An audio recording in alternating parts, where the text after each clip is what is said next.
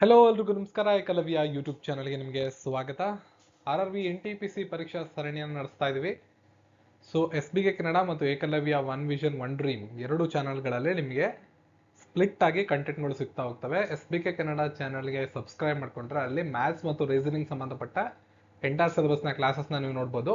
Eklavya one vision one dream channel ಅಲ್ಲಿ ನಿಮಗೆ general knowledge ಮತ್ತು ಜನರಲ್ ಸೈನ್ಸ್ GK ಮತ್ತು ಜನರಲ್ GS ಅಂತ ಏನ್ ಕರಿತೀವಿ, ಜನರಲ್ ಅವೇರ್ನೆಸ್ ಭಾಗ ಏನಿದೆ 40 ಮಾರ್ಕ್ಸ್ ಮತ್ತು 50 ಮಾರ್ಕ್ಸ್, CBT 1 ಅಲ್ಲಿ 40, CBT 2 ಅಲ್ಲಿ 50 ಮಾರ್ಕ್ಸ್ ಏನಿದೆ ಅದರ ಸಂಪೂರ್ಣ ನೋಟ್ಸ್ಗಳನ್ನ ಇಲ್ಲಿ ನೀವು ನೋಡ್ತಾ ಹೋಗ್ಬೋದು, ಕ್ಲಾಸಸ್ನ ನೋಡ್ತಾ ಹೋಗ್ಬೋದು. ಇಂಡಿವಿಜುವಲ್ ಆಗಿ ಸಣ್ಣ ಸಣ್ಣ ಟಾಪಿಕ್ ಮೇಲೆ ಮಿನಿಮಮ್ 3-4 ನಿಮಿಷ, 5 ನಿಮಿಷ, 10 ನಿಮಿಷದ ತನಕ ವಿಡಿಯೋವನ್ನ ಮಾಡಿ ಡೈಲಿ ಅಪ್ಡೇಟ್ ಮಾಡ್ತಾ ಹೋಗ್ತೀನಿ. ಇದನ್ನ ಫಾಲೋ ಅಪ್ ಮಾಡ್ಕೊಳ್ಳಿ, ನಿಮ್ಗೆ ಎಕ್ಸಾಮ್ಗೆ ತುಂಬಾ ಅನುಕೂಲ ಆಗುತ್ತೆ.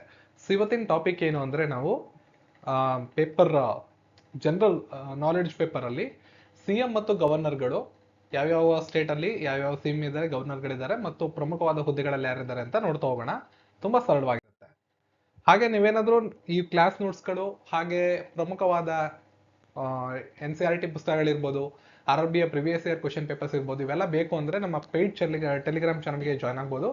ಈ ವಿಡಿಯೋದ ಡಿಸ್ಕ್ರಿಪ್ಷನ್ ಅಲ್ಲಿ ನಿಮ್ಮ ವಾಟ್ಸ್ಆಪ್ ನಂಬರ್ ಇರುತ್ತೆ.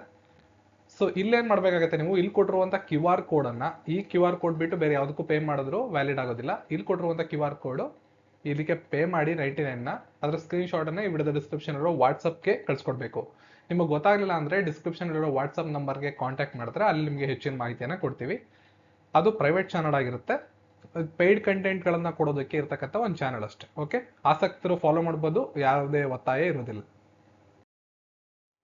ಸೊ ಮೊದಲನೇದಾಗಿ ಭಾರತದ ರಾಷ್ಟ್ರಪತಿಗಳು ದ್ರೌಪದಿ ಮುರ್ಮು ಅವರು ಭಾರತದ ಮೊಟ್ಟ ಮೊದಲನೇ ಪ್ರಜೆ, first person of Indian constitution, ಭಾರತೀಯ ಸಂವಿಧಾನದ ಪ್ರಕಾರ ಭಾರತದ ಮೊಟ್ಟ ಮೊದಲ ಪ್ರಜೆ ಅಂದ್ರೆ ಭಾರತದ ರಾಷ್ಟ್ರಪತಿಗಳು.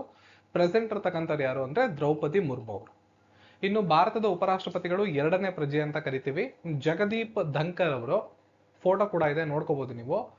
ಆಮೇಲೆ ಮತ್ತೊಂದು ವಿಷಯವನ್ನ ನೆನಪಲ್ಲಿ ಇಟ್ಕೊಳ್ಳಿ, ಭಾರತದ ಉಪರಾಷ್ಟ್ರಪತಿಗಳು ಭಾರತದ ರಾಜ್ಯಸಭೆಯ ಸಭಾಪತಿಗಳಾಗಿರ್ತಾರೆ. ಈಗ ಕರ್ನಾಟಕ ರಾಜ್ಯ ಅಂತ ಬಂದಾಗ ದ್ವಿಸದನ ಇದೆ ಅಲ್ವಾ, ಲೋಕಸಭೆ, ವಿಧಾನಸಭೆ ಮತ್ತು ವಿಧಾನ ಪರಿಷತ್ ಅಂತ. ಹಾಗೆ ನಮ್ಮ ಕೇಂದ್ರದಲ್ಲಿ ಲೋಕಸಭೆ ಮತ್ತು ರಾಜ್ಯಸಭೆ ಅಂತ ಇದೆ. ರಾಜ್ಯಸಭೆಯನ್ನ ಹಿರಿಯರ ಸದನ ಅಂತ ಕರೀತಾರೆ. ಅದು ವಿಸರ್ಜನೆ ಆಗೋದಿಲ್ಲ, 2 ವರ್ಷಗಳಿಗೊಮ್ಮೆ ರಿಟೈರ್ಡ್ ಆಗ್ತಾರೆ, 6 ವರ್ಷಗಳ ಕಾಲ ಅವರಿಗೆ ಅಧಿಕಾರಾವಧಿ ಇರುತ್ತೆ. ಸೊ ಅಲ್ಲಿ ಸ್ಪೀಕರ್ ಇರ್ತಾರಲ್ಲ, ಆ ಸ್ಥಾನಕ್ಕೆ ಆಟೋಮೆಟಿಕ್ ಆಗಿ ಭಾರತದ ಉಪರಾಷ್ಟ್ರಪತಿಗಳು ಕ್ವಾಲಿಫೈ ಆಗಿರ್ತಾರೆ. ಸೊ ಇಲ್ಲಿ ನೀವು ಭಾರತದ ಉಪರಾಷ್ಟ್ರಪತಿಗಳು ಯಾರು ಅಂದ್ರೆ ಜಗದೀಪ್ ಧನ್ಕರ್ ಅವರು ಭಾರತದ ಎರಡನೇ ಪ್ರಜೆ, ಜೊತೆಗೆ ಭಾರತದ ರಾಜ್ಯಸಭೆಯ ಸಭಾಪತಿಗಳಾಗಿರ್ತಾರೆ. ನೆಕ್ಸ್ಟ್ ಭಾರತದ ಪ್ರಧಾನಮಂತ್ರಿಗಳು 3ನೇ ಟರ್ಮ್ ಅಲ್ಲಿ ಅಧಿಕಾರ ಮಾಡ್ತಿದ್ದಾರೆ. ಈಗ ನರೇಂದ್ರ ಮೋದಿ ಅವರು ಭಾರತದ ಪ್ರಧಾನಮಂತ್ರಿಗಳು. ಇನ್ನು ಭಾರತದ ನಮ್ಮ ಸುಪ್ರೀಂ ಕೋರ್ಟ್ ಬರುತ್ತೆ. ನೆಕ್ಸ್ಟ್ ಬಹಳ ಇಂಪಾರ್ಟೆಂಟ್ ಆಗಿರೋ ಪೋಸ್ಟ್ ಭಾರತದ ಮುಖ್ಯ ನ್ಯಾಯಮೂರ್ತಿಗಳು, CJI ಅಂತ ನಾವು ಕರಿತೀವಿ, chief justice of India. Sanjiv Khanna ಅವರು present chief justice of India. Very very important. ನೋಡಿ, ಕೆಲವೊಂದು ಹುದ್ದೆಗಳು ಬದಲಾವಣೆ ಆಗ್ತಿರ್ತವೆ, ರಿಟೈರ್ಡ್ ಆಗ್ತಿರ್ತಾರೆ, ಆ ಜಾಗಕ್ಕೆ ಬೇರೆಯವ್ರು ಬರ್ತಿರ್ತಾರೆ. ಸೊ ನಾನು ಇಲ್ಲಿ ವಿಡಿಯೋದಲ್ಲಿ ಮಾಹಿತಿ ಕೊಡ್ತಾ ಇರ್ತಕ್ಕಂಥದ್ದು ನಿಮಗೆ ಡಿಸೆಂಬರ್ 11, 2024ಕ್ಕೆ ಸೀಮಿತವಾಗಿರುತ್ತೆ. ಮುಂದೆ ಬದಲಾವಣೆಗಳಾದ್ರೆ ನೀವು ನೋಡ್ಕೋತಾ ಇರ್ಬೇಕು. ಓಕೆ, ಇದಾದ್ಮೇಲೆ ಪ್ರಮುಖವಾದ ಹುದ್ದೆಗಳು ಅಂತ ಬಂದ್ರೆ ಲೋಕಸಭೆಯ ಸ್ಪೀಕರ್ RRB ಅಲ್ಲಿ ಬಹಳ ಇಂಪಾರ್ಟೆಂಟ್ ಆಗುತ್ತೆ. ಓಂ ಬಿರ್ಲಾ ಅವರು ಲೋಕಸಭೆಯ ಸ್ಪೀಕರ್ ಆಗಿರ್ತಾರೆ. ಭಾರತದ ಚುನಾವಣಾ ಆಯುಕ್ತರು, ಎಲೆಕ್ಷನ್ಸ್ ನ ನಡೆಸ್ತಕ್ಕಂಥವ್ರು, ಅದರ ಮುಖ್ಯಸ್ಥರು ರಾಜೀವ್ ಕುಮಾರ್ ಅವರು. ಇನ್ನು ರಕ್ಷಣಾ ಸಿಬ್ಬಂದಿಗಳ ಮುಖ್ಯಸ್ಥರು CDS ಅಂತ ನಾವು ಕರಿತೀವಿ, ಅನಿಲ್ ಚೌಹಾಣ್ ಅವರು. ಇನ್ನು ಭಾರತೀಯ ರಿಸರ್ವ್ ಬ್ಯಾಂಕ್ ನ ಗವರ್ನರ್ ಶಕ್ತಿಕಾಂತ್ ದಾಸ್ ಅವರಿದ್ರು, ಅವರೀಗ ನಿವೃತ್ತರಾಗ್ತಿದ್ದಾರೆ. ಅವರ ಸ್ಥಾನಕ್ಕೆ ಸಂಜಯ್ ಮಲ್ಹೋತ್ರಾ ಅನ್ನೋರು ಬಂದಿದ್ದಾರೆ. ಇವು ಒಂದಿಷ್ಟು ಪ್ರಮುಖವಾದ ಖಾತೆಗಳು. ಇದ್ರ ಬಗ್ಗೆ ಮುಂದಿನ ವಿಡಿಯೋಗಳಲ್ಲಿ ನಾನು ಡೀಟೇಲ್ ಆಗಿ ಹೇಳ್ತೀನಿ. ಪ್ರಮುಖವಾದ ಖಾತೆಗಳ ಬಗ್ಗೆನೇ ಒಂದು ಸಪರೇಟ್ ವಿಡಿಯೋ ಮಾಡ್ತೀನಿ. ಅದರಲ್ಲಿ ಭಾರತದ ಇನ್ನೂ ಪ್ರಮುಖವಾದ ಸಂಸ್ಥೆಗಳಿದೆ, ಅದರ ಮುಖ್ಯಸ್ಥರು, ಅದ್ರ ಬಗ್ಗೆ ಎಲ್ಲ ಡಿಸ್ಕಷನ್ ಮಾಡೋಣ. ಸದ್ಯಕ್ಕೆ ಇಷ್ಟು ನಿಮಗೆ ಬೇಸಿಕಲಿ ಗೊತ್ತಿರಬೇಕು. ಓಕೆ, ನಾವು ವಿಡಿಯೋನ ಶುರು ಮಾಡೋದಕ್ಕೆ ಸ್ವಲ್ಪ ಬೇಸಿಕ್ಸ್ ಇರಲಿ ಅಂತ ಇಷ್ಟನ್ನ ಕೊಟ್ಟಿದ್ದೀವಿ. ಈಗ ರಾಜ್ಯಗಳು, ರಾಜ್ಯಪಾಲರು, ಮುಖ್ಯಮಂತ್ರಿಗಳು ಇಷ್ಟನ್ನು ನೋಡ್ತಾ ಹೋಗೋಣ. ಇದು ಕೂಡ ಅಷ್ಟೇ, ಆಯಾ ರಾಜ್ಯದಲ್ಲಿ ಎಲೆಕ್ಷನ್ಸ್ ಆಗೋದ್ರ ಮೇಲೆ, ಪಾರ್ಟಿಗಳು ಬದಲಾವಣೆ ಆಗೋದ್ರ ಮೇಲೆ, ಅದ್ರ ಮೇಲೆ ಬದಲಾವಣೆ ಆಗುತ್ತೆ. ಕರೆಂಟ್ಲಿ ಡಿಸೆಂಬರ್ 11ನೇ ತಾರೀಕೇನಿದೆ 2024, ಆ ವಿಡಿಯೋ ರೆಕಾರ್ಡ್ ಮಾಡುವಂತ ಸಂದರ್ಭದಲ್ಲಿರತಕ್ಕಂಥ ಅಫಿಷಿಯಲ್ ಮಾಹಿತಿ ಇದು. ಮೊದಲನೇದಾಗಿ ಆಂಧ್ರ ಪ್ರದೇಶದ ರಾಜ್ಯಪಾಲರು ಅಬ್ದುಲ್ ನಜೀರ್ ಅಂತ, ಅಲ್ಲಿಯ ಮುಖ್ಯಮಂತ್ರಿಗಳು TDP ಪಾರ್ಟಿಯ ಮುಖ್ಯಸ್ಥರಾದ N ಚಂದ್ರಬಾಬು ನಾಯ್ಡು. ಪವನ್ ಕಲ್ಯಾಣ್ ಅವರು ಅಲ್ಲಿಯ ಜನಸೇನಾ ಅಂತ ಪಕ್ಷ ಇದೆ, ಆ ಒಂದು ಪಕ್ಷದ ಮುಖ್ಯಸ್ಥರಾಗಿರ್ತಾರೆ. ಅವರು ಅಲ್ಲಿಯ ಉಪಮುಖ್ಯಮಂತ್ರಿಗಳು. ಇದು ನಿಮಗೆ ಗೊತ್ತಿರಲಿ. ಎರಡನೇದು ಅರುಣಾಚಲ ಪ್ರದೇಶ, ಕೈವಲ್ಯ ತ್ರಿವಿಕ್ರಮ್ ಪರ್ನಾಯಕ್ ಅಂತ ಅಲ್ಲಿಯ ರಾಜ್ಯಪಾಲರು. ಪೇಮಾ ಖಂಡು ಅವರು ಅಲ್ಲಿಯ ಮುಖ್ಯಮಂತ್ರಿಗಳಾಗಿರ್ತಾರೆ.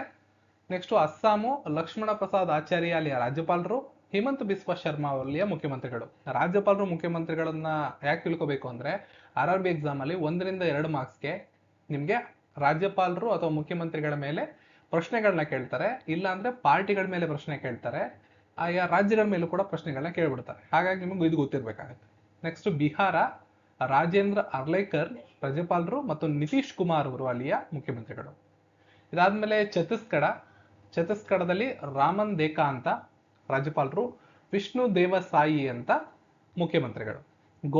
ಗೋವಾದಲ್ಲಿ PS ಶ್ರೀಧರನ್ ಪಿಳ್ಳೈ ಅಂತ ರಾಜ್ಯಪಾಲರು, ಪ್ರಮೋದ್ ಸಾವಂತ್ ಅಂತ ಮುಖ್ಯಮಂತ್ರಿಗಳು. ನೆಕ್ಸ್ಟ್ ಗುಜರಾತ್, ಆಚಾರ್ಯ ದೇವವ್ರತ್ ಅಂತ ರಾಜ್ಯಪಾಲರು, ಭೂಪೇಂದ್ರ ಭಾಯ್ ಪಟೇಲ್ ಅವರು ಅಲ್ಲಿಯ ಮುಖ್ಯಮಂತ್ರಿಗಳು. ಹರಿಯಾಣ, ಬಂಡಾರು ದತ್ತಾತ್ರೇಯ ರಾಜ್ಯಪಾಲರು, ನಯಾಬ್ ಸಿಂಗ್ ಸೈನಿ ಮುಖ್ಯಮಂತ್ರಿಗಳು. ನೆಕ್ಸ್ಟ್ ಜಾರ್ಖಂಡ್, ಹಿಮಾಚಲ ಪ್ರದೇಶ, ಶಿವಪ್ರತಾಪ್ ಶುಕ್ಲಾ ಅವರು ರಾಜ್ಯಪಾಲರು, ಸುಖವಿಂದರ್ ಸಿಂಗ್ ಸುಕು ಮುಖ್ಯಮಂತ್ರಿಗಳು. ಜಾರ್ಖಂಡ್ ನೆಕ್ಸ್ಟ್ ಸಂತೋಷ್ ಕುಮಾರ್ ಗದ್ವಾರ್ ಮತ್ತು ಹೇಮಂತ್ ಸೊರೇನ್ ಅಲ್ಲಿಯ ಮುಖ್ಯಮಂತ್ರಿಗಳು, JMM ಪಾರ್ಟಿ ಅವರದು. ಕರ್ನಾಟಕ, ತಾವರಚಂದ್ರ ಗೆಹ್ಲೋಟ್ ಅವರು ಇಲ್ಲಿಯ ರಾಜ್ಯಪಾಲರು, ಸಿದ್ದರಾಮಯ್ಯನವರು ಇಲ್ಲಿಯ ಮುಖ್ಯಮಂತ್ರಿಗಳು. ಕೇರಳ, ಆರಿಫ್ ಮೊಹಮ್ಮದ್ ಖಾನ್ ರಾಜ್ಯಪಾಲರು, ಪಿಣರಾಯಿ ವಿಜಯನ್ ಮುಖ್ಯಮಂತ್ರಿಗಳು. ಮಧ್ಯಪ್ರದೇಶ, ಮಂಗುಬಾಯಿ ಪಟೇಲ್ ರಾಜ್ಯಪಾಲರು, ಮೋಹನ್ ಯಾದವ್ ಮುಖ್ಯಮಂತ್ರಿಗಳು.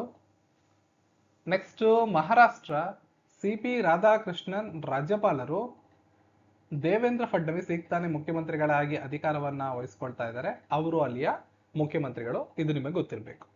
ಇನ್ನು ಮಣಿಪುರದಲ್ಲಿ ಲಕ್ಷ್ಮ ಪ್ರಸಾದ್ ಆಚಾರ್ಯ ಅನ್ನೋರು ರಾಜ್ಯಪಾಲರಾಗಿದ್ದಾರೆ, ಬೀರೇನ್ ಸಿಂಗ್ ಅವರು ಮುಖ್ಯಮಂತ್ರಿಗಳಾಗಿರ್ತಾರೆ. ಮೇಘಾಲಯದಲ್ಲಿ CH ವಿಜಯಶಂಕರ್ ಅನ್ನೋರು ರಾಜ್ಯಪಾಲರಾದ್ರೆ, ಕರ್ನಾಡ್ ಸಂಗ್ಮಾ ಅವರು ಮುಖ್ಯಮಂತ್ರಿಗಳಾಗಿರ್ತಾರೆ. ಮಿಜೋರಾಂನಲ್ಲಿ ಕಂಬಪತಿ ಹರಿಬಾಬು ಅನ್ನೋರು ರಾಜ್ಯಪಾಲರಾದ್ರೆ, ಲಾಲ್ಡು ಹೋಮಾ ಅನ್ನೋರು ಮುಖ್ಯಮಂತ್ರಿಗಳಾಗಿರ್ತಾರೆ. ನಾಗಾಲ್ಯಾಂಡ್ ಅಲ್ಲಿ ಲಾ ಗಣೇಶ್ ಅನ್ನೋರು ರಾಜ್ಯಪಾಲರಾದ್ರೆ, ನಿಫಿಯೋ ರಿಯೋ ಅನ್ನೋರು ಮುಖ್ಯಮಂತ್ರಿಗಳಾಗಿರ್ತಾರೆ. ಆ ಪಕ್ಕದಲ್ಲಿ ಕೊಟ್ಟಿರ್ತಕ್ಕಂಥ ಕಾಲಮು ಆಯಾ ಮುಖ್ಯಮಂತ್ರಿಗಳೇನಿರ್ತಾರಲ್ಲ ಅವ್ರ ಪಾರ್ಟಿಗಳು. ಇನ್ನು ಒಡಿಸ್ಸಾದಲ್ಲಿ ರಘುಬರ್ ದಾಸ್, ಮೋಹನ್ ಚರಣ್ ಮಾಝಿ ಮುಖ್ಯಮಂತ್ರಿಗಳು. ಪಂಜಾಬಲ್ಲಿ ಗುಲಾಬ್ ಚಂದ್ ಕಟಾರಿಯಾ ರಾಜ್ಯಪಾಲರು, ಭಗವಂತ ಮಾನ್ ಮುಖ್ಯಮಂತ್ರಿಗಳು, ಆಮ್ ಆದ್ಮಿ ಪಾರ್ಟಿ, ಆಪ್ ಅಂತ ಏನ್ ಕರಿತೀವಿ ಅದು. ರಾಜಸ್ಥಾನ, ಬಾಗ್ದ್ವೆ ಅನ್ನೋರು ರಾಜ್ಯಪಾಲರು, ಭಜನ್ ಲಾಲ್ ಶರ್ಮಾ ಅನ್ನೋರು ಮುಖ್ಯಮಂತ್ರಿಗಳು. ಸಿಕ್ಕಿಂ, ಓಂ ಪ್ರಕಾಶ್ ಮಾಥುರ್ ರಾಜ್ಯಪಾಲರು, ಪ್ರೇಮ ಸಿಂಗ್ ಥಾಮಂಗ್ ಮುಖ್ಯಮಂತ್ರಿಗಳಾಗಿರ್ತಾರೆ. ತಮಿಳುನಾಡು, RN ರವಿ ರಾಜ್ಯಪಾಲರು, MK ಸ್ಟಾಲಿನ್ ಮುಖ್ಯಮಂತ್ರಿಗಳು. ತೆಲಂಗಾಣ, ಜಿಷ್ಣುದೇವ್ ವರ್ಮಾ ರಾಜ್ಯಪಾಲರು, ರೇವಂತ್ ರೆಡ್ಡಿ ಮುಖ್ಯಮಂತ್ರಿಗಳು. ತ್ರಿಪುರಾ, ಇಂದ್ರಸೇನ ರೆಡ್ಡಿ ರಾಜ್ಯಪಾಲರು, ಮಾಣಿಕ್ ಸಾಹಾ ಮುಖ್ಯಮಂತ್ರಿಗಳು. ಉತ್ತರ ಪ್ರದೇಶ, ಆನಂದಿಬೆನ್ ಪಟೇಲ್ ರಾಜ್ಯಪಾಲರು, ಯೋಗಿ ಆದಿತ್ಯನಾಥ್ ಮುಖ್ಯಮಂತ್ರಿಗಳು.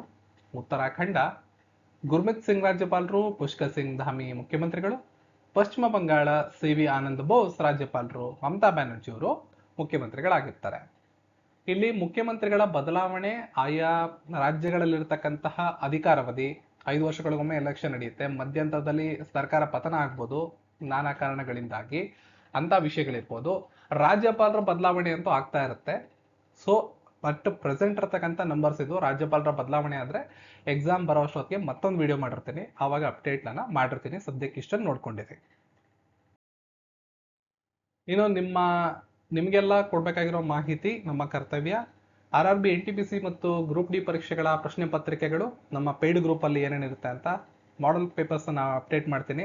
ಎಲ್ಲೆಲ್ಲಿ ತುಂಬಾ ಉಪಯುಕ್ತವಾದ ಮಾಡೆಲ್ ಪೇಪರ್ ಸಿಕ್ಕಿದ್ರೆ ಮಾತ್ರ ಅಪ್ಡೇಟ್ ಮಾಡ್ತೀನಿ, ಇಲ್ಲಾಂದ್ರೆ ನಾನು ತಯಾರಿ ಮಾಡಿದ್ರೆ ಮಾತ್ರ ಅಪ್ಡೇಟ್ ಮಾಡ್ತೀನಿ, ಇಲ್ಲಾಂದ್ರೆ ಮಾಡಕ್ ಹೋಗಲ್ಲ ಅದನ್ನ. NTPC ಗ್ರೂಪ್ ಡಿ ಪರೀಕ್ಷೆಗೆ ಸಂಬಂಧಪಟ್ಟಂತ PDF ನೋಟ್ಸ್ಗಳು NTPCಗೆ ಏನು ಅಪ್ಡೇಟ್ ಮಾಡ್ತೀನಿ ಅದೆಲ್ಲ ಗ್ರೂಪ್ ಡಿಗೆ ಅನುಕೂಲ ಆಗುತ್ತೆ. ಗ್ರೂಪ್ ಡಿ ಎಕ್ಸಾಮ್ ಬಂದಾಗ ಅದಕ್ಕೊಂದು ಸಪ್ರೇಟ್ ಗ್ರೂಪ್ ಮಾಡಲಾಗುತ್ತೆ. ಬಟ್ ಸದ್ಯಕ್ಕೆ NTPCಗೆ ಏನೇನು ಅಪ್ಡೇಟ್ ಮಾಡ್ತೀನಿ ಅದು ಗ್ರೂಪ್ ಡಿಗೆ ಅನುಕೂಲ ಆಗುತ್ತೆ, ನಿಮ್ಗೆ ಗೊತ್ತಿರಲಿ ಅದು.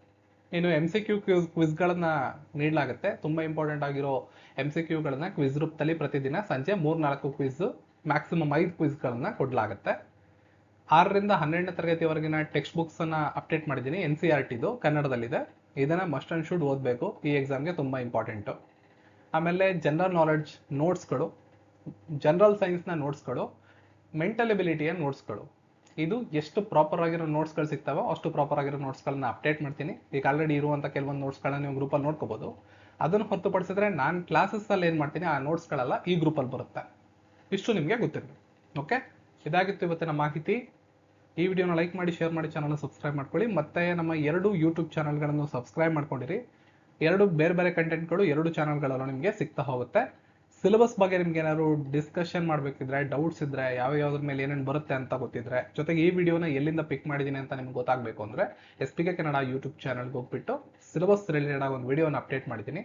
ಸಂಪೂರ್ಣವಾಗಿ ನೋಡಿ. ಈ ವಿಡಿಯೋದ ಡಿಸ್ಕ್ರಿಪ್ಷನಲ್ಲಿ ಕೂಡ ಅದನ್ನು ಹಾಕಿರ್ತೇನೆ. ಸಿಗೋಣ ಮತ್ತೊಂದು ವಿಡಿಯೋಗೆ. ಎಲ್ರಿಗೂ ಧನ್ಯವಾದಗಳು.